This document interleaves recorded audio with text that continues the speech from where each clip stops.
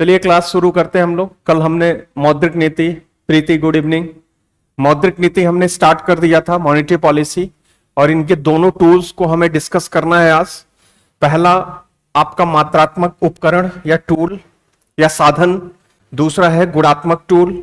ठीक है, यही दो मौद्रिक नीति के टूल होते हैं, इन्हीं का हमें यहां पे अध्ययन करना है। Good evening to all of you. आगे बढ़ते हैं हम लोग। अब हम आते हैं, ये जो टूल है आपके मौद्रिक नीति के, पहला है क्वांटिटेटिव टूल, मात्रात्मक टूल, आपका मात्रात्मक टूल, और ये है आपका गुणात्मक टूल, गुणात्मक टूल।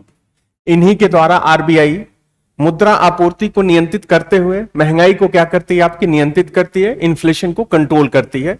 मात्रात्मक का मतलब क्या होता है कि यहां पे जब इन टूल्स का उपयोग करती है आरबीआई, ठीक है, रिजर्व बैंक ऑफ इंडिया जब इन टूल्स का इस्तेमाल करती है तो मनी सप्लाई, जो मुद्रा आपूर्ति है, उसके मात्रा में क्या होता है, आपका चेंजेस होता है। ठीक है, मात्रात्मक क्या होगा, आपका परिवर्तन होगा। जो वॉल्यूम ऑफ मनी होगी वो क्या होती है, श्रिंक करती है और एक्सपेंड करती है। ठीक है, वो कम होगी और बढ़ेगी आपकी। तो इसीलिए हम इसको क्या कहते हैं, आपका क्वांटिटेटिव कहते हैं। मतलब मुद्रा आपूर्ति के मात्रा में ये क्या करता है, परिवर्तन करता है। और ये बड़े व्यापक स्तर पे ये जो इकोनॉमी को क्या करता है, आपके लार्ज स्केल पे, बड़े स्तर पे, व्यापक स्तर पे इकोनॉमी को क्या करता है, ये प्रभावित करता है। इसीलिए क्वांटिटेटिव टूल का एक और नाम है, इसी को हम क्या कहते हैं, आपका जनरल टूल भी हम इसको बोलते हैं, व्यापक टूल भी इसको क्या किया जाता है, आपका बोला जाता है। इसी को व्यापक टूल भी हम कहते हैं। क्यों? क्योंकि इसका जो प्रभाव होता है वो बड़े स्तर पे होता है, लार्ज स्केल पे होता है। ठीक है, यानी जो आपके क्वांटिटेटिव टूल, मात्रात्मक टूल होते हैं, इनका जो प्रभाव होता है वो लार्ज स्केल पे होगा। ठीक है, बड़े स्तर पे ये क्या करते हैं, आपके प्रभाव डालते हैं अर्थव्यवस्था पे, बड़े स्तर पे प्रभाव डालेगा। मतलब क्या होगा आपका कि जो इन्फ्लेशन है, महंगाई है और समृद्धि है, वो थोड़ा सा क्या होती है, आपकी बड़े स्तर पे प्रभावित होती है और बहुत व्यापक प्रभाव इन टूल्स का अर्थव्यवस्था के ऊपर क्या होगा, आपका पड़ेगा। अगला है आपका गुणात्मक टूल, यहां पे देख रहे हो। गुणात्मक टूल जो होते हैं ना, ये जो लोन होते हैं, स्पेसिफिक सेक्टर के जो लोन होते हैं, ऋण होते हैं, सबको गुड इवनिंग। ठीक है, स्पेसिफिक सेक्टर के जो ऋण होते हैं, केवल उन्हीं को क्या करेगा, ये अफेक्ट करेगा, प्रभावित करेगा। इसीलिए हम इसको कहते हैं सेलेक्टिव टूल भी इसको क्या किया जाता है, आपका बोला जाता है। सेलेक्टिव टूल भी हम इसको कहते हैं। एक नाम इसका क्वालिटेटिव है, दूसरा इसी का नाम क्या है, सेलेक्टिव है, यानी चयनात्मक भी इसको क्या किया जाता है, आपका बोला जाता है, चयनात्मक टूल। ये कुछ जो क्षेत्र होते हैं अर्थव्यवस्था के, कुछ सेक्टर होते हैं, केवल उन्हीं के ऋण को क्या करेगा, ये प्रभावित करता है। ठीक है, जैसे केवल होम लोन का, अगर जो इन टूल्स का उपयोग कर रही है आरबीआई, तो जैसे होम लोन को प्रभावित कर दिया आरबीआई ने, या आपके जैसे गोल्ड लोन है, स्वर्ण ऋण है, उसको आरबीआई ने प्रभावित कर दिया। तो इस तरह के यहां पे प्रभाव क्या होते हैं, देखने को मिलते हैं। इसीलिए इसका अर्थव्यवस्था पे जो प्रभाव होता है वो बहुत कम दिखता है। स्मॉल स्केल पे इसका प्रभाव क्या होता है, आपका दिखेगा। स्मॉल स्केल पे, छोटे स्तर पे हम इसका प्रभाव अर्थव्यवस्था के ऊपर देखते हैं। ठीक है, इस जो टूल का उपयोग, यानी ये जो लिखा हुआ टूल है आपके सामने, इनका अगर जो उपयोग आरबीआई करती है तो होता क्या है कि कुछ सेक्टर के जो ऋण होते हैं वो प्रभावित हो गए, उनकी मात्रा बढ़ेगी, घटेगी। ठीक है, इसीलिए इसका जो प्रभाव होता है अर्थव्यवस्था पे छोटे स्तर पे होता है। और किस तरह का प्रभाव होता है, तो जो महंगाई होती है, जो समृद्धि होती है आपकी, ठीक है, जो ग्रोथ है, जो इन्फ्लेशन है, उन पे बहुत कम प्रभाव इन टूल्स का क्या होगा, आपका पड़ेगा। इसीलिए हम इनको क्या कहते हैं, आपका क्वालिटेटिव टूल कहते हैं। क्वालिटेटिव, कोई भी चीज कहीं पे भी आएगी तो समझ लेना उसका प्रभाव स्मॉल स्केल पे हो रहा है। ठीक है, अब कुछ सेलेक्टेड पॉइंट पे ही क्या कर रहे हैं, वो पिंच कर रहे हैं। लेकिन जब क्वांटिटेटिव की बात होती है तो इसका एक और मीनिंग निकालते हैं कि समथिंग इन लार्ज स्केल, कोई ऐसी चीज जो बड़े स्तर पे क्या करे, आपके प्रभावित करे। तो यही जो टूल है, जब हम इनका इस्तेमाल करते हैं तो अर्थव्यवस्था के ऊपर इनका प्रभाव बड़े स्तर पे होता है, इनका प्रभाव क्या होता है, आपका छोटे स्तर पे होता है। अब कौन सी चीज बड़े स्तर पे प्रभावित होती है, कौन सी चीज छोटे स्तर पे होती है, तो वो है महंगाई और समृद्धि, इन्फ्लेशन और ग्रोथ क्या होता है, बड़े और छोटे स्तर पे आपके प्रभावित होते हैं। तो जितने भी आपके टूल हैं जो मात्रात्मक है उनकी लिस्ट आपके सामने यहां पे है, जितने भी गुणात्मक टूल है उनकी लिस्ट आपके यहां सामने है। और भी एक दो टूल आपके होते हैं गुणात्मक, लेकिन आपके एग्जाम में बस इतना ही, यूपीएससी चाहे प्रीलिम्स हो चाहे मेंस हो, इससे ऊपर वो बाहर नहीं जाती आपकी। तो मैंने इतना ही टूल आपके सामने क्या किया, यहां पे लिखा हुआ है। ठीक, तो ये है आपके मौद्रिक नीति के टूल। अच्छा, ये जो क्वांटिटेटिव का दूसरा नाम आप जनरल देख रहे हो, एक और नाम इनका होता है। ठीक है, यहां पे क्वालिटेटिव टूल का दूसरा नाम सेलेक्टिव चयनात्मक जो आप देख रहे हो, इनका एक और नाम होता है, वो मैं आगे आपको बोल दूंगा। ठीक है, ये तीन नामों से आपके जाने जाते हैं। अब हमें करना क्या है कि ये जो टूल की लिस्टिंग हमारे सामने है, एक एक टूल को उठाना है और इनको विथ एग्जाम्पल समझना है कि कैसे ये मुद्रा आपूर्ति को प्रभावित करते हुए महंगाई को और समृद्धि को क्या करते हैं, अफेक्ट करते हैं। ठीक है, और क्यों इनको क्वांटिटेटिव टूल, मात्रात्मक टूल आपका बोला जाता है। ठीक है, यहां पे भी हम एक एक चीज समझेंगे कि कैसे ये आपके इन्फ्लेशन, महंगाई और समृद्धि को, ग्रोथ को अफेक्ट करते हैं, और क्यों इनको हम गुणात्मक टूल, सेलेक्टिव टूल या इनको क्वालिटेटिव टूल क्या किया जाता है आपका बोला जाता है। तो पहला जो आपका टूल यहां पे आप देख रहे हो, ये है रिजर्व रेशियो, आरक्षी अनुपात। तो ये चीजें आपकी अंग्रेजी में लिखी हुई हैं, जब मैं एक एक अभी एक्सप्लेन करूंगा तो उनकी हिंदी आपके सामने लिखता चला जाऊंगा। ठीक है, क्योंकि अभी यहां पे हिंदी लिखूंगा तो बहुत बहुत पहुंच हो जाएगा आपका। तो एक एक मैं एक्सप्लेन करता हूं और साथ ही साथ हिंदी भी आपकी मिलती चली जाएगी। हां, एक चीज ध्यान देना, आपके एनसीईआरटी में जो टूल मेंशन है, 12th एनसीईआरटी के मनी एंड बैंकिंग टॉपिक में जो टूल आपका मेंशन है, वो पहला है रिजर्व रेशियो, आरक्षी अनुपात जिसको आप बोलते हो। दूसरा उन्होंने मेंशन किया है ओपन मार्केट ऑपरेशन, और तीसरा जो पॉलिसी रेट आप देख रहे हो, इसमें केवल दो ही टूल आपके एनसीईआरटी में क्या है आपका मेंशन है। बाकी जो नीचे के टूल हैं आपके, ये एनसीईआरटी में नहीं लिखा गया है, और ये जो टूल है ये भी एनसीईआरटी में आपका मेंशन नहीं है। एनसीईआरटी में बस इतने ही ऊपर के जो तीन टूल हैं, तीसरे का कुछ ही भाग आपका जिक्र किया गया है। ठीक है, तो एक एक करके हम टूल्स उठाते हैं और उनको विद एग्जांपल देखते हैं कि कैसे ये महंगाई को, समृद्धि को, इन्फ्लेशन एंड ग्रोथ को क्या करेंगे, प्रभावित करेंगे। तो चलिए हम लोग आते हैं आपके, पहला जो टूल आपका है रिजर्व रेशियो। अब हम स्टार्ट कर रहे हैं क्वांटिटेटिव टूल।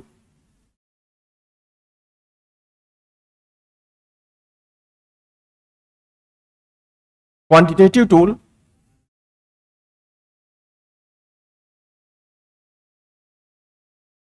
टूल मात्रात्मक टूल या साधन। इसमें पहला हमने देखा अपने लिस्ट में, पहला था रिजर्व रेशियो, आरक्षी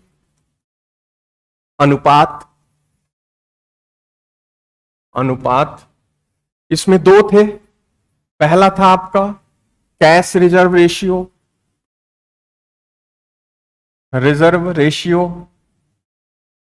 नगद आरक्षी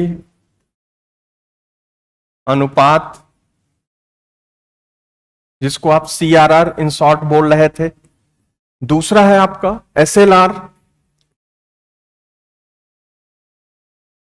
स्टैच्यूटरी लिक्विडिटी रेशियो, वैधानिक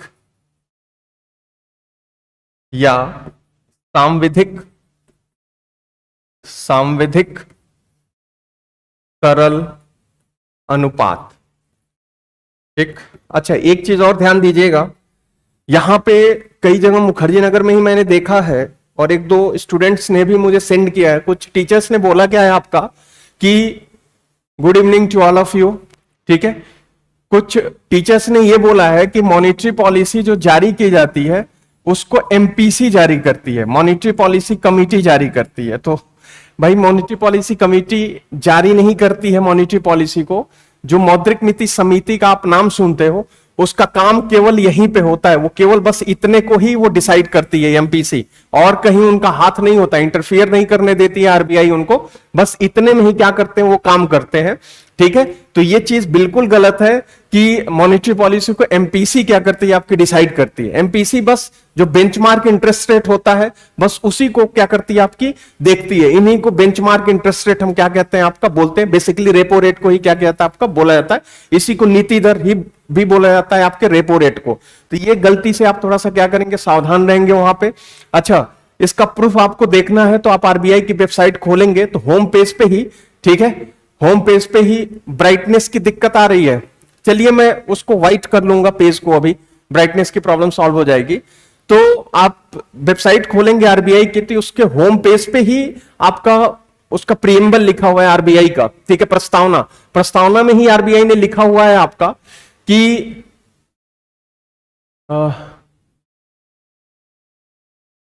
नहीं, हम एनसीईआरटी को ही देख रहे हैं राकेश, मैं एनसीईआरटी से बाहर नहीं जा रहा हूं क्योंकि समय ही नहीं है कि एनसीईआरटी से बाहर आपका जाया जाए।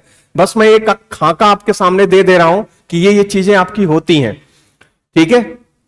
तो आपका क्या है कि प्रस्तावना में ही लिखा हुआ है कि मॉनेटरी पॉलिसी को आरबीआई जारी करती है, तो वो रिटन प्रूफ आपको मिल जाएगा वहां पे। लॉजिकल प्रूफ मैंने आपको दे दिया कि मॉनेटरी पॉलिसी के तो ये सारे टूल होते हैं, लेकिन केवल अगर जो वो यही डिसाइड कर दे तो कैसे आप बोल सकते हो कि एमपीसी ही मॉनेटरी पॉलिसी को क्या करती है, आपकी डिसाइड करती है।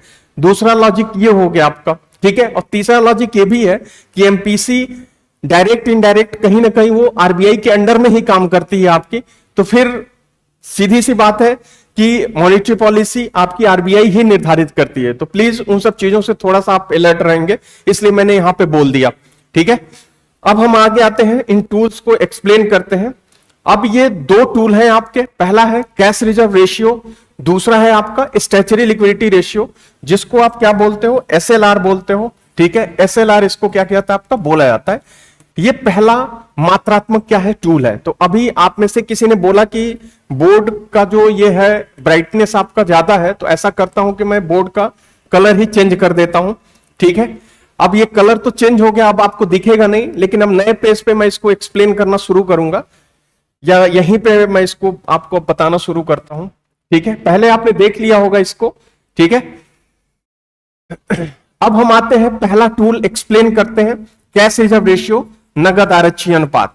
तो इसकी परिभाषा क्या होती है, नगद आरक्षी अनुपात, सीआरआर की, ठीक है। एनडीटीएल या जमा का वो भाग, एनडीटीएल या जमा का वो भाग जो बैंक आरबीआई के साथ नगद के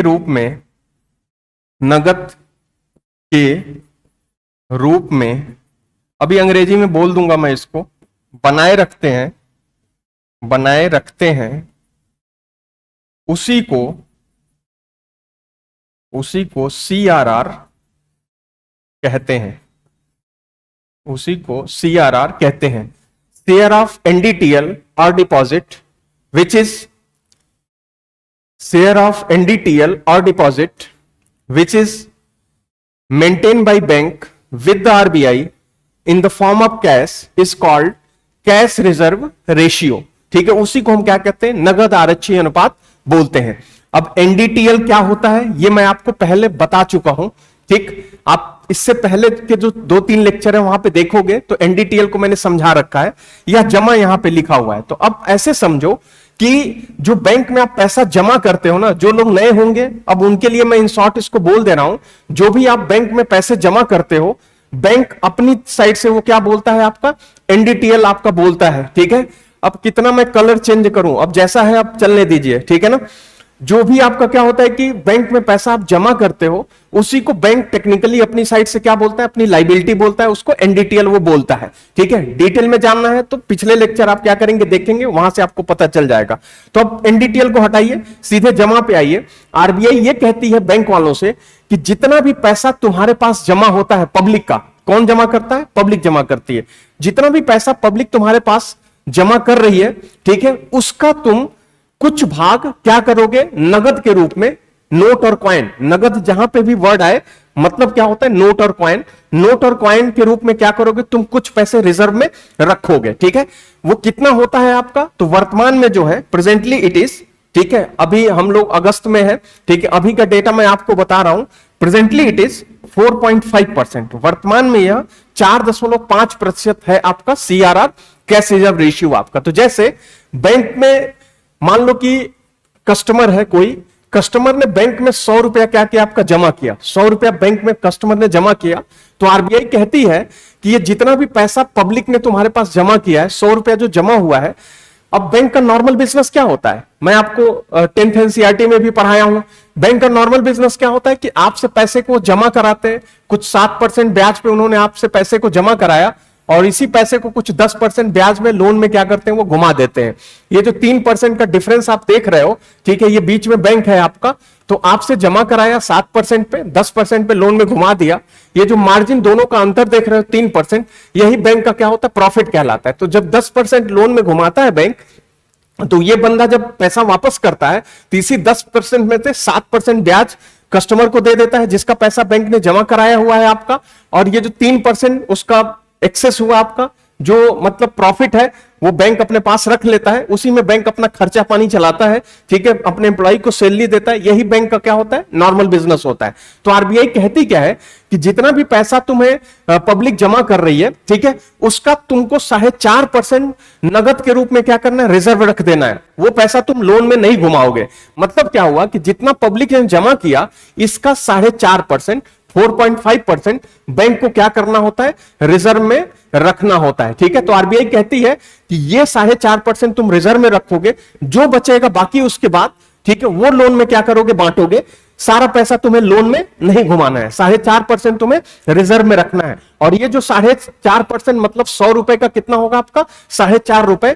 ये जो आपका 4.5 रुपए है, ये नगद के रूप में रखा जाता है, नोट और कॉइन के रूप में रखा जाता है। आरबीआई बैंक वालों से बोलती है कि ऐसा नहीं है कि तुम जाओगे और 2 बोरी चावल खरीद के लाके रख दोगे, बोल दोगे कि देखो रिजर्व में रखा हुआ है, नहीं, उसको नोट और कॉइन के ही रूप में तुम्हें क्या करना है, रखना है, नगद के ही रूप में उस पैसे को क्या करना है, आपका रखना है, ठीक है। इसीलिए हम इसको क्या बोलते हैं, नगद आरक्षी अनुपात बोला जाता है, कैश रिजर्व रेशियो हम इसे क्या कहते हैं, यहां पे बोलते हैं आपका।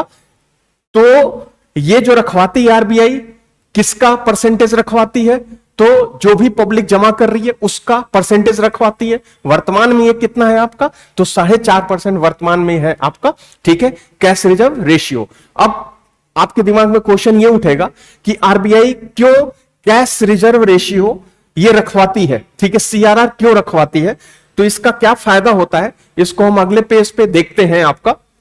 तो इसका जो लाभ होता है सीआरआर को रखवाने का, हम लोग सीआरआर वाले साइड पे थे, ठीक है ना। सीआरआर के रखवाने का जो लाभ होता है, पहला जो लाभ होता है, it protect bank from insolvency, ठीक है, यह बैंक को दिवालिया होने से, इनसॉल्वेंसी, यह बैंक को दिवालिया होने से बचाता है, ठीक है, बैंक को दिवालिया होने से क्या करता है, आपका बचाता है। पहला फायदा ये होता है सीआरआर का, इसीलिए आरबीआई क्या करती है, इनसे सीआरआर कैश रिजर्व रेशियो आपकी रखवाती है। अगला इसका फायदा क्या होता है, it control inflation by controlling money supply, ठीक है। अगला बेनिफिट ये होता है आपका, यह मुद्रा आपूर्ति को नियंत्रित करते हुए, यह मुद्रा आपूर्ति को नियंत्रित करते हुए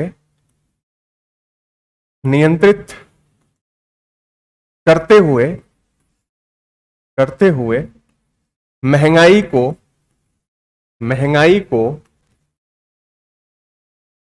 नियंत्रित करता है।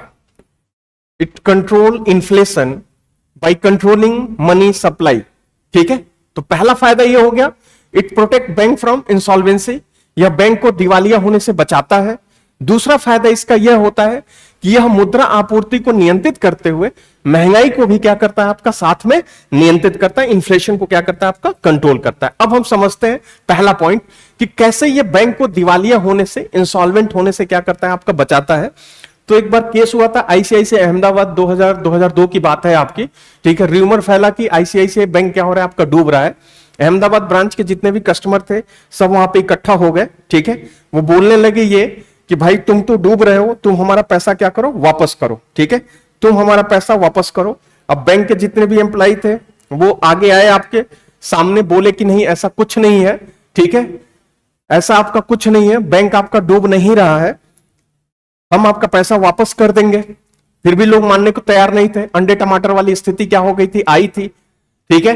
अब वहां पे जितने भी गवर्नमेंट ऑफिशियल थे आसपास के, उन सबको बुलाया गया, एडमिनिस्ट्रेशन को बोला गया कि भाई पब्लिक हाथ से निकल रही है, आप थोड़ा सा इनको बताइए। तो लोग जब आए वहां पे जो प्रशासन था उन्होंने बोला कि ऐसा कुछ नहीं, ये र्यूमर है, बैंक कहीं डूब नहीं रहा है, आपका दिवालिया नहीं हो रहा है बैंक आपका, आपको आपका पैसा मिल जाएगा। लोग कहने लगे नहीं अभी चाहिए।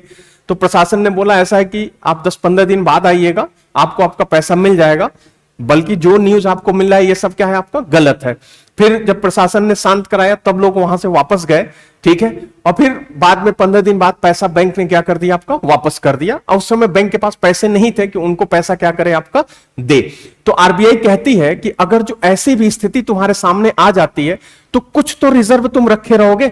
अब सारा पैसा तुम लोन में घुमा दोगे, ठीक है, अगर जो तुम सारा पैसा लोन में यहां पे घुमा दोगे तो तुम्हारे पास तो कुछ बचेगा ही नहीं, ठीक है। और पब्लिक बीच में मांगने आ गई तो फिर उनका पैसा तुम कहां से वापस करोगे, तुम उनका पैसा बीच में कहां से वापस करोगे। तो कुछ तो रिजर्व में रखो ताकि अगर जो लोग आते हैं कुछ तो उनको दो, उनका थोड़ा सा कॉन्फिडेंस बिल्डअप हो तुम्हारे अंदर कि हां तुम उनका पैसा वापस कर सकते हो। नहीं तो इस तरह से तो बैंकिंग व्यवस्था क्या हो जाएगी आपकी टूट जाएगी। तो इसीलिए आरबीआई क्या करती है, इनसे रिजर्व आपकी रखवाती है, ठीक है। इसी को हम कहते हैं कैश रिजर्व रेशियो, नगद आरक्षी अनुपात हम क्या कहते हैं इसको बोलते हैं। तो ये पहला लाभ होता है, यह बैंक को दिवालिया होने से क्या करता है, इंसॉल्वेंट होने से आपका बचाता है, ठीक है।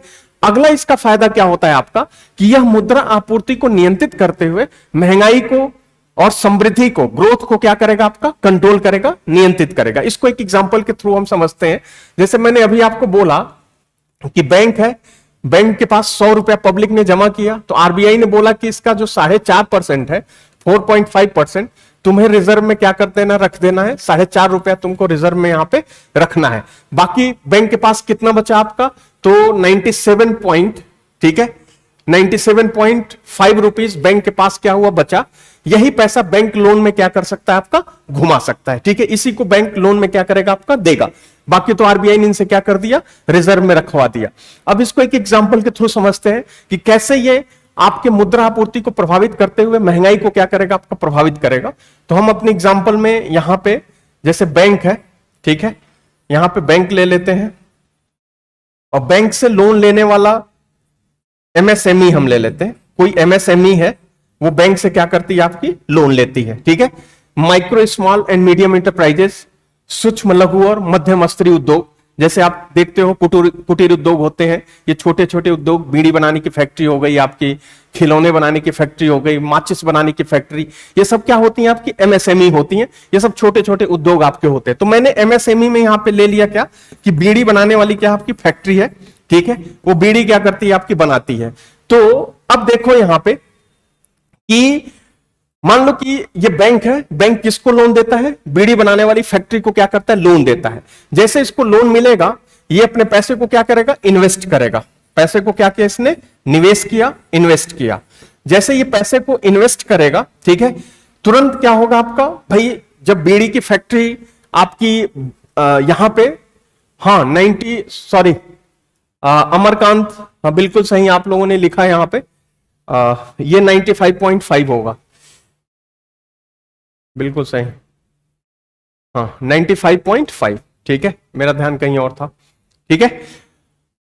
तो यहां पे क्या होगा आपका, जैसे एमएसएमई बीड़ी की फैक्ट्री को लोन मिला, उसने अपनी फैक्ट्री नई ब्रांच क्या करी, उसने ओपन करी, पैसे को क्या किया, उसने निवेश किया। जैसे वो पैसे को निवेश करेगा तुरंत एम्प्लॉयमेंट, रोजगार क्या होगा आपका जनरेट होगा। भाई अब जब बीड़ी की फैक्ट्री बनेगी, वहां पे स्टेब्लिश होगी, तो वहां पे काम करने के लिए मजदूर की भी जरूरत पड़ेगी, ठीक है।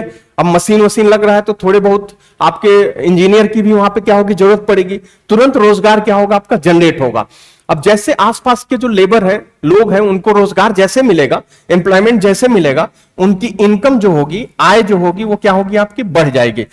मतलब एम्प्लॉयमेंट बढ़ा, ये साइन जो है आपका, ये इंक्रीज का साइन है, बढ़ने का साइन है।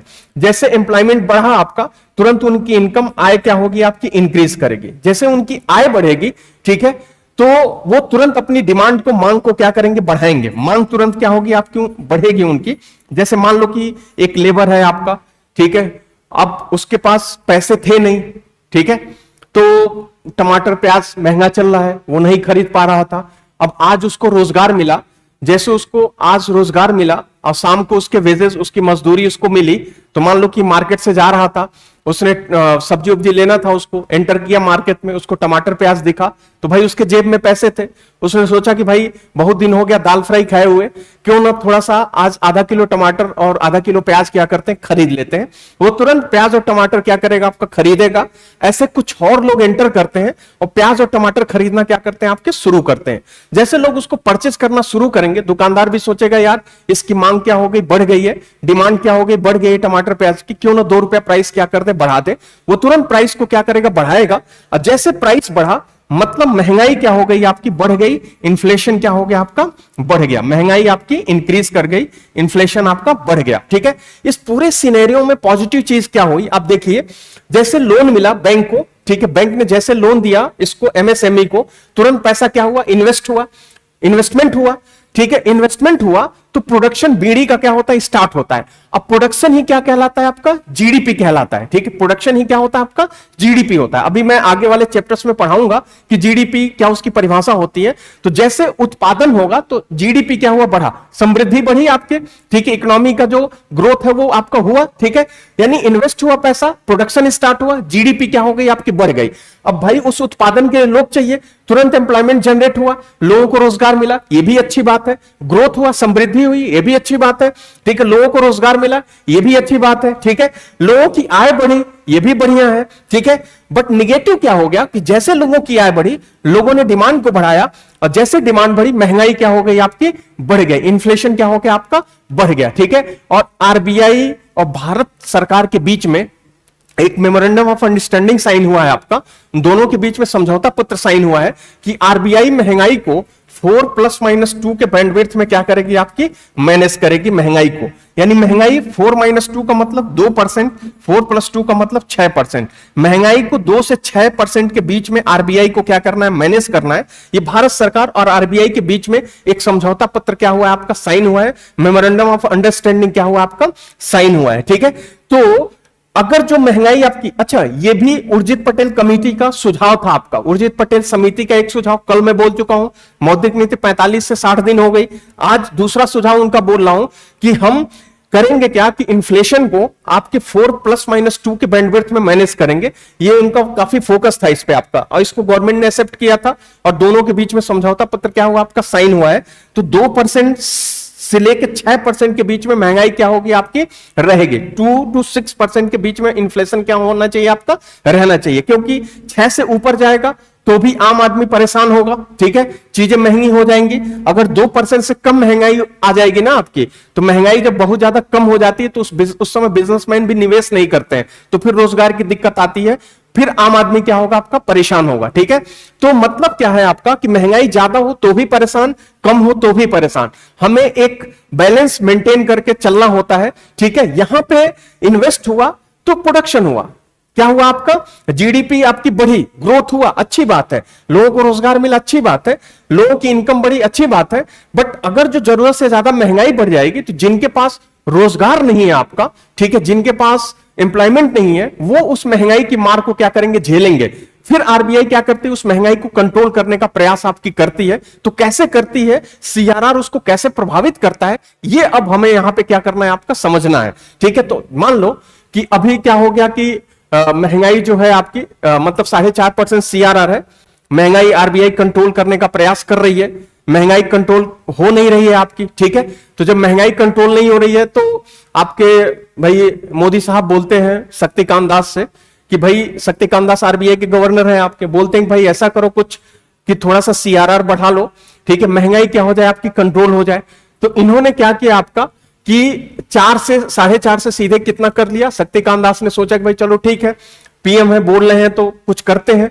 अब इन लोगों का अपना मीटिंग हुआ, सोचा कि हम सीआरआर को 4.5 से कितना कर दें, आपका 5% कर दें। जैसे सीआरआर 4.5 से 5% आपका होगा, अब रिजर्व में कितना होगा, यहां पे 5 रुपया होगा। ठीक है, अब बैंक को लोन में घुमाने के लिए कितना मिला, आपका 95 रुपए क्या हुआ, बैंक को लोन में घुमाने के लिए आपका मिला। अब बैंक के पास पैसे क्या हो गए, कम हो गए। जैसे बैंक के पास पैसे कम होंगे लोन बांटने के लिए, बैंक तुरंत क्या करेगा, आपका लोन कम करेगा। जैसे लोन आपका कम होगा, ठीक है भाई, जब उसका पैसा ज्यादा रिजर्व में रखवा दोगे तो लोन आगे वो बढ़ाएगा नहीं। लोन जैसे कम होगा क्या होगा, इन्वेस्टमेंट कम होगा। जब इन्वेस्टमेंट निवेश कम होगा तो रोजगार कम क्या होगा आपका जनरेट होगा। जब रोजगार कम होगा तो लोगों की आय कम होगी, आय कम होगी तो मांग कम होगी, मांग कम होगी तो महंगाई अपने आप क्या हो जाएगी आपकी कंट्रोल हो जाएगी। इस तरीके से आरबीआई सीआरआर को बढ़ा के महंगाई को क्या करती है आपकी कंट्रोल करती है, इन्फ्लेशन को क्या करती है आपकी कंट्रोल करती है। तो यह है आपका तरीका, सीआरआर को हम कम करके बढ़ा के इस तरीके से महंगाई को नियंत्रित करते हैं। अच्छा, यहां पे लोगों का रोजगार जाएगा तो इस तरीके से नहीं जाएगा कि लोग घर बैठ जाएंगे। बहुत होगा कि महीने में वो 30 दिन उनको काम मिल रहा था तो 25 दिन क्या होगा मिलेगा। कुछ इस तरीके से आप अज्यूम करके इस मॉडल में आप आगे बढ़ोगे, नहीं तो फिर वही है कि बहुत ज्यादा वो माइक्रो लेवल पे सोचोगे तो खुद ही कंफ्यूज हो जाओगे कि क्या चल रहा है आपका। ठीक है, तो हमने क्या किया यहां पे सीआरआर को बढ़ाया, मनी सप्लाई क्या हो गई कम हुई। भाई जब लोन कम जाएगा तो मुद्रा आपूर्ति कम होगी, जब मुद्रा आपूर्ति कम होगी तो निवेश कम होगा, निवेश कम होगा तो रोजगार कम होगा, रोजगार कम होगा तो लोगों की आय कम होगी, आय कम होगी तो मांग कम होगी, मांग कम होगी तो महंगाई क्या हो जाएगी आपकी कंट्रोल हो जाएगी। इस तरीके से आरबीआई ने सीआरआर को बढ़ा के महंगाई को क्या किया कंट्रोल किया। मान लो महंगाई एकदम कंट्रोल हो गई, ठीक है, 6% क्या आपका 4% के करीब क्या हो गई आ गई माना के, ठीक है, 4% के करीब इन्फ्लेशन आ गया। अब उधर से भाई वित्त मंत्रालय बोलता है कि ऐसा करो आरबीआई से कि थोड़ा यार सीआरआर को कम कर लो क्योंकि अब तो महंगाई कंट्रोल हो गई है, अब बेरोजगारी की समस्या है, पब्लिक सड़क पे आ रही है, तमाम विपक्षी पार्टियां हमें बोल रही हैं, तो कुछ ऐसा करो कि रोजगार क्या हो आपका जनरेट हो। फिर शक्तिकांत दास ने किया क्या, सीआरआर को घटाया और कितने पे कर दिया आपका 4% पे कर दिया। जैसे सीआरआर को ये 4% आपका करेंगे, अब रिजर्व में कितना होगा आपका यहाँ पे 4 रुपया होगा। अब बैंक को लोन में घुमाने के लिए कितना मिलेगा आपका, तो बैंक को लोन में घुमाने के लिए 96 रुपीज क्या होगा मिल जाएगा। अब जैसे बैंक के पास पहले 95 था, 95 से कितना हो गया 96 हो गया। जैसे बैंक के पास पैसे बढ़ेंगे, ठीक है, बैंक तुरंत लोन को क्या करेगा आपका बढ़ाएगा, अपने पास तो रखेगा नहीं क्योंकि उसको बिजनेस करना है, लोन बांटना है, लोन बांटेगा, पैसे वो भी कमाना चाहेगा बैंक आपका।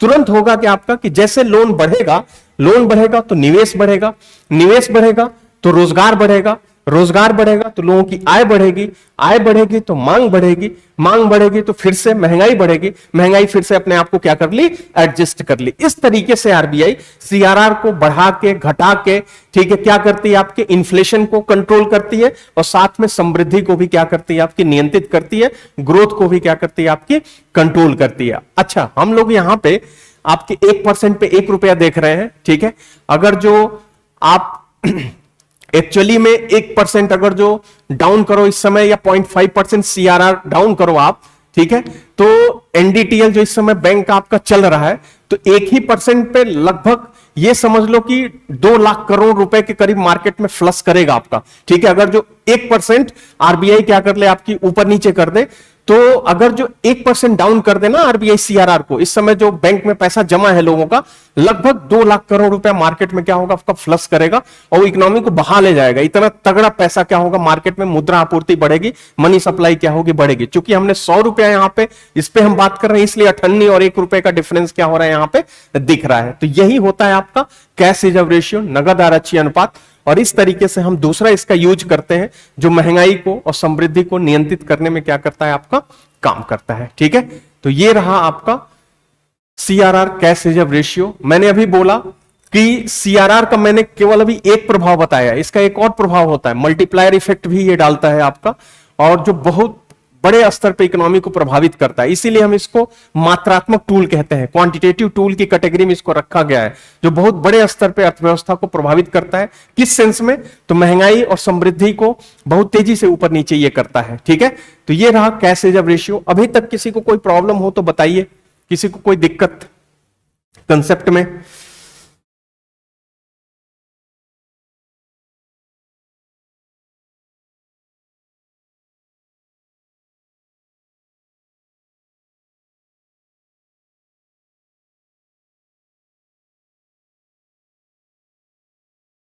सीआरआर समझ में आया?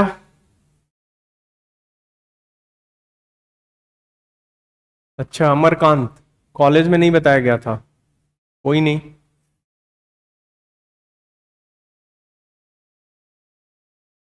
किसी को कोई प्रॉब्लम?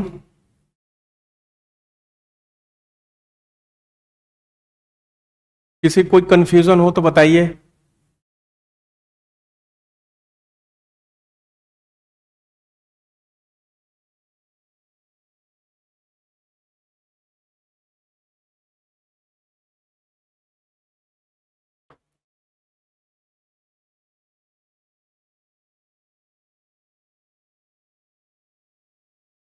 आगे बढ़े। अच्छा, अब एक चीज और बहुत कंफ्यूजिंग आपको मिलेगा। तमाम लोग, कहीं कई जगह तो चीजें सुधार दी गई हैं, ठीक है, कई जगह आपको ये चीज मिलेंगी अभी भी यूट्यूब के वीडियो में कि सीआरआर मिनिमम 3% तक रखा जा सकता है, मैक्सिमम 15% तक रखा जा सकता है। तो ऐसा कुछ नहीं है, ये लिमिट आपकी 2007 में ही हटा दी गई। 2007 में आरबीआई ने इसको क्या कर दिया था, इस लिमिट को हटा दिया था। अब कोई लोअर, कोई फ्लोर और कोई सीलिंग वैल्यू आपकी नहीं है। सीआरआर जीरो भी जा सकता है, खैर जीरो जाएगा नहीं क्योंकि उसका मैथमेटिकल इफेक्ट कुछ और हो जाता है आपका, ठीक है। सीआरआर जितना चाहो नीचे कम कर लो, ठीक है। एसएलआर सॉरी, और ऊपर जितना चाहो बढ़ा सकते हो। अब कोई लोअर और अपर लिमिट नहीं है। 2007 में ही इसको आरबीआई ने क्या कर दिया, आपका हटा दिया था, ठीक है, सर्कुलर के द्वारा। अभी भी तमाम बुक्स में वो पुरानी चीजें वैसे ही लिखी गई हैं, और यूट्यूब पे भी अभी मैं देखा था एक आध हफ्ते पहले, मतलब किसी का वीडियो जिसने ये फ्लोर और सीलिंग वैल्यू बताई थी कि अभी भी है 3% और 15% आपका। तो ऐसा कुछ नहीं है आपके, ठीक है। तो कोई लोअर और अपर लिमिट ऑफ सीआरआर पे नहीं रह गई है, और इसको नगद के रूप में रखा जाता है, इसीलिए हम इसको कैश रिजर्व रेशियो, नगद आरक्षी अनुपात हम इसको बोलते हैं। मात्रात्मक टूल इसको क्यों कहा जाता है, क्योंकि इसका प्रभाव बहुत बड़े स्तर पर अर्थव्यवस्था पे आपका पड़ता है। अभी तो मैंने एक प्रभाव बताया ना, आगे जब आपको मनी मल्टीप्लायर में आपको बताऊंगा मुद्रा गुणक का सिद्धांत, ठीक है, उस पर जल्दी कोई हाथ नहीं डालना चाहता है टीचर, कारण ये होता है कि वो बहुत कठिन होता है और आपको समझ में नहीं आया तो फिर आप कहोगे कि ये समझा नहीं पाए, लेकिन मैं यहां पर रिस्क लूंगा, उसको समझाने का प्रयास करूंगा। मुद्रा गुणक का जो सिद्धांत होता है, ठीक है, तो वहां पे भी सीआरआर का बहुत बड़ा कंट्रीब्यूशन दिखने वाला है, ठीक है। तो इसके डबल इफेक्ट होते हैं, इसीलिए इसको हम मात्रात्मक टूल, क्वांटिटेटिव टूल की कैटेगरी में क्या करते हैं, यहां पे रखते हैं, ठीक है। अब आइए यहां पे, अच्छा आप कहोगे कि सर दूसरी बार में महंगाई बढ़ गई, पहली बार में घट गई, ठीक है, तो हम हमेशा इकोनॉमी को बैलेंस करके चलते हैं, इसमें कोई एक्सट्रीम, कोई फिक्स रूल नहीं है फिजिक्स और मैथमेटिक्स की तरह, बस हमें चीजों को बैलेंस करना है। जैसे अभी आपने देखा था, ये जो सीआरआर है ना, ये कोविड में आपका ये घटा दिया गया था, 3% तक सीआरआर को क्या किए थे, लाए थे, लेकिन 3% सीआरआर को कोविड में लाए थे। क्यों घटाया था, क्योंकि कोविड के समय बेरोजगारी की बहुत बड़ी दिक्कत आ गई थी, तो ज्यादा से ज्यादा बैंक को क्या करना था, लोन देना था, ताकि कुछ बटे कुछ रोजगार क्या हो, आपका जनरेट हो। लेकिन जैसे कोविड आपका खत्म हुआ ना आपका, ठीक है, कोविड खत्म हुआ, अब महंगाई का, क्योंकि इन्होंने बहुत ज्यादा कोविड के समय में बहुत ज्यादा लोन बांटा था, मनी सप्लाई खूब बढ़ गई थी, मुद्रा आपूर्ति, लोगों के पास खूब पैसे थे। अब जैसे स्थिति सही होनी शुरू हुई, अब लोगों ने डिमांड बढ़ाई, महंगाई बढ़नी क्या हो गई, स्टार्ट हो गई। अब जब महंगाई इनकी भाई पीक पे गई थी, तो इन्होंने इसको बढ़ा के कितना कर दिया, 4.5% कर दिया सीआरआर को, ठीक है, इसको बढ़ा के 4.5% कर दिया है। अभी ये रिसेंटली की है सीआरआर को बढ़ा के आपका, ठीक है। कारण ये रहा कि भाई बहुत ज्यादा महंगाई आपकी बढ़ रही थी, और आपने देखा है प्रभाव, अभी महंगाई थोड़ी सी कम हुई है। अभी जैसे पिछले महीने 7% प्लस थी इन्फ्लेशन, 7% प्लस था लगभग के, अभी घट के 6.71% आपका हुआ है। ये मॉनेटरी पॉलिसी की ही देन है। अभी हम रेपो रेट पे आएंगे, वहां पे भी देखेंगे किस तरीके से इन्होंने इधर महंगाई को नियंत्रित किया है। धीरे धीरे अब महंगाई क्या हो रही, ईज कर रही है, ठीक है। आरबीआई ने एकदम टाइट मॉनेटरी पॉलिसी लेके चलना शुरू कर दिया है, सीआरआर को भी बढ़ाया, ठीक है, रेपो रेट को भी बढ़ाया, उसने तमाम टूल इस्तेमाल किए, जितना भी मैंने लिस्ट में दिखाया है, इसमें से कई टूल इस्तेमाल किए, और महंगाई को आरबीआई ने क्या किया है, कंट्रोल किया है। जो लगभग आपका 9-10% को टच कर गया था, वो धीरे धीरे डाउन होकर 6.71% पे अभी आया है, जो 2 दिन पहले डेटा आपका रिलीज हुआ है। एनएसओ ने डेटा को रिलीज किया था महंगाई का, ठीक है। अब क्वेश्चन है एक दो, थोड़ा सा हम सॉल्व कर लें, फिर हम आगे एसएलआर पे बढ़ते हैं, दूसरा टूल हम देखते हैं, ठीक है। एसएलआर, ये एसएलआर का क्वेश्चन, इसको देखो, हाँ ये क्वेश्चन सॉल्व करो तो यूपीएससी 2014 का क्वेश्चन है, इस क्वेश्चन को सॉल्व करिए। राकेश यादव, देखो आपका यह है कि सबको रोजगार मिल जाए तो महंगाई बढ़ जाएगी, ऐसा कुछ है नहीं। अगर जो रोजगार सबको मिलता है, साथ में उत्पादन भी आपका इतना हो जाता है कि होता क्या, महंगाई, डिमांड वाली इन्फ्लेशन कब बढ़ती है, जब एक सामान हो उसको चाहने वाले 10 लोग हों, तभी तो महंगाई क्या होगी, बढ़ेगी। लेकिन अगर जो 10 लोगों को उस सामान की जरूरत है और अचानक से इतना उत्पादन हो जाए, ठीक है, कि उन सबको 10 लोगों को चीज मिल जाए, तो फिर महंगाई नहीं बढ़ेगी आपकी। अब होता क्या अर्थव्यवस्था में कि जैसे लोन बढ़ते हैं, तुरंत क्या होता है आपका कि दिहाड़ी के मजदूर हैं, बाकी जो लोग हैं उनको रोजगार मिलना शुरू हो जाता है। लेकिन वस्तुओं का उत्पादन जैसे टमाटर है, प्याज है, वो अचानक से तो इतना ज्यादा सप्लाई नहीं बढ़ा दोगे ना आप, आपूर्ति इतनी ज्यादा हो नहीं पाती है, चीज वही रहती है, खरीदने वाले ज्यादा आ जाते हैं, और जब ज्यादा आ जाते हैं तो फिर महंगाई, डिमांड बढ़ती है, महंगाई क्या होती है आपकी, बढ़ जाती है।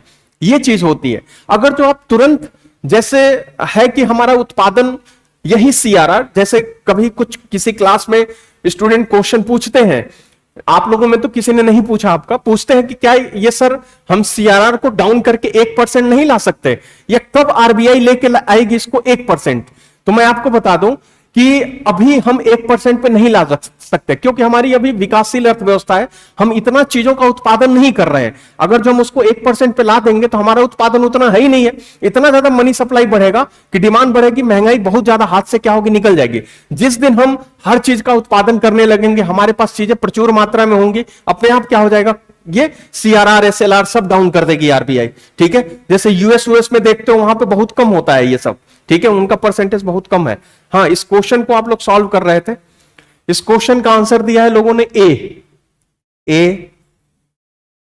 गुजर अंसारी ने आंसर दिया है डी।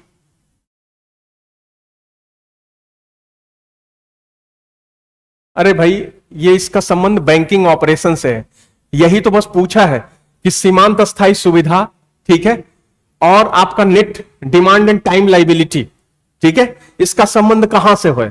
तो अभी मार्जिनल स्टैंडिंग फैसिलिटी वो आगे टूल था, लेकिन एनडीटीएल से तो आप समझ सकते थे ना, एनडीटीएल जो लिखा हुआ है ये तो बैंकिंग ऑपरेशन में ही तो यूज होता है ना आपका। ठीक है, वहीं से आंसर आपका ए हो जाता, ए होगा आंसर।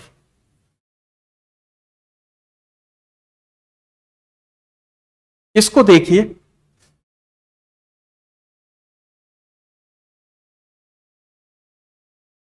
इसका आंसर बताइए। CRR increasing by reserve bank of India, भारतीय रिजर्व, ये पीसीएस का क्वेश्चन है, स्टेट पीसीएस का क्वेश्चन है। जहां पे सन मैंने नहीं लिखा है, ईयर में ही लिखा है, समझ लेना वो स्टेट पीसीएस का क्वेश्चन है। भारतीय रिजर्व बैंक द्वारा सीआरआर में वृद्धि, सरकार के कर्ज में कमी आई है, अर्थव्यवस्था में मौद्रिक तरलता कम हो जाती है, देश में अधिक प्रत्यक्ष विदेशी पूंजी निवेश आता है, वांछित क्षेत्रों में ऋण प्रभाव में वृद्धि होती है।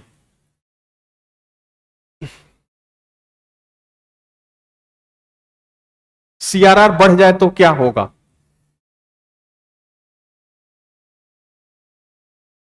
इसका आंसर दीजिए। हाँ, अगर जो सीआरआर बढ़ेगा ना तो मनी सप्लाई क्या होती है आपकी, कम हो जाती है। ठीक है, तो मॉनेटरी जो लिक्विडिटी है वो कम हो जाएगी, आंसर होगा आपका बी। मनी सप्लाई कम हो जाएगी, बैंक के पास पैसे कम होंगे, वो लोन क्या करेंगे आपके, कम बांटेंगे। यानी अगर जो मैं कंक्लूड करूं यहां पे, ये जो हमने अभी देखा, तो आप देख लीजिए कि जो इन्फ्लेशन होता है, महंगाई होती है, ये इनवर्सली प्रोपोर्शनल टू क्या होती है आपकी, सीआरआर होती है। सीआरआर से इनका उल्टा संबंध होता है। अगर जो सीआरआर बढ़ेगा तो इन्फ्लेशन कम होगा, सीआरआर घटेगा तो इन्फ्लेशन क्या होगा आपका, बढ़ेगा। अगर जो मनी सप्लाई की बात करते हो, एमएस की, मनी सप्लाई, ठीक है, मुद्रा आपूर्ति की अगर जो आप बात करते हो, तो मुद्रा आपूर्ति में क्या होगा आपका, ये भी सीआरआर के क्या होता है, व्युत्क्रमानुपाती होता है, इनवर्सली प्रोपोर्शनल होता है आपका। अगर जो सीआरआर बढ़ा तो मनी सप्लाई क्या हो जाएगी आपकी, कम हो जाएगी। सीआरआर घटा, ठीक है, तो मनी सप्लाई क्या हो जाएगी आपकी, बढ़ जाएगी। ठीक है, ये संबंध आपका होता है। ग्रोथ समृद्धि, ग्रोथ समृद्धि क्या संबंध होता है आपका, तो यहां पे भी क्या होता है आपका, इनवर्सली प्रोपोर्शनल होता है, व्युत्क्रमानुपाती होता है संबंध। अगर जो सीआरआर बढ़ा तो समृद्धि, जो जीडीपी ग्रोथ है वो डाउन होगा, क्योंकि लोन नहीं बटेगा, निवेश नहीं होगा, निवेश नहीं होगा तो भाई जाहिर सी बात है उत्पादन कम हो जाएगा। ठीक है, तो ग्रोथ आपका कम हो जाएगा। सीआरआर घटा तो ग्रोथ क्या हो जाएगा आपका, बढ़ जाएगा। तो इन सबसे जो रिलेशन है आपका वो इनवर्सली है, व्युत्क्रमानुपाती आपका है। वही चीज तो हम लोग समझ रहे थे, इन्हीं चीजों को हमने क्या कर दिया आपका, समराइज कर दिया यहां पे। तो अभी तक किसी को कोई प्रॉब्लम हो तो बताओ, कैश रिजर्व रेशियो में।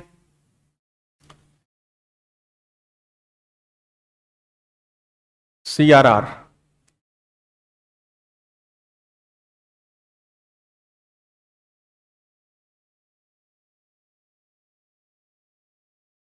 नहीं, तो आज की जो क्लास है मैं यहीं पे एंड करता हूं, ठीक है। आगे की क्लास अब नेक्स्ट लेक्चर में होगी, क्योंकि अब अगला होगा आपका स्टैचुरी लिक्विडिटी रेशियो, वैधानिक तरल अनुपात आपका, ठीक है। SLR स्टैचुरी लिक्विडिटी रेशियो, वो आज एक्सप्लेन हो नहीं पाएगा, तो उसको मैं अगले लेक्चर में एक्सप्लेन करूंगा, सांविधिक तरल अनुपात को। तो आज के लिए इतना ही, मिलते हैं नेक्स्ट लेक्चर में।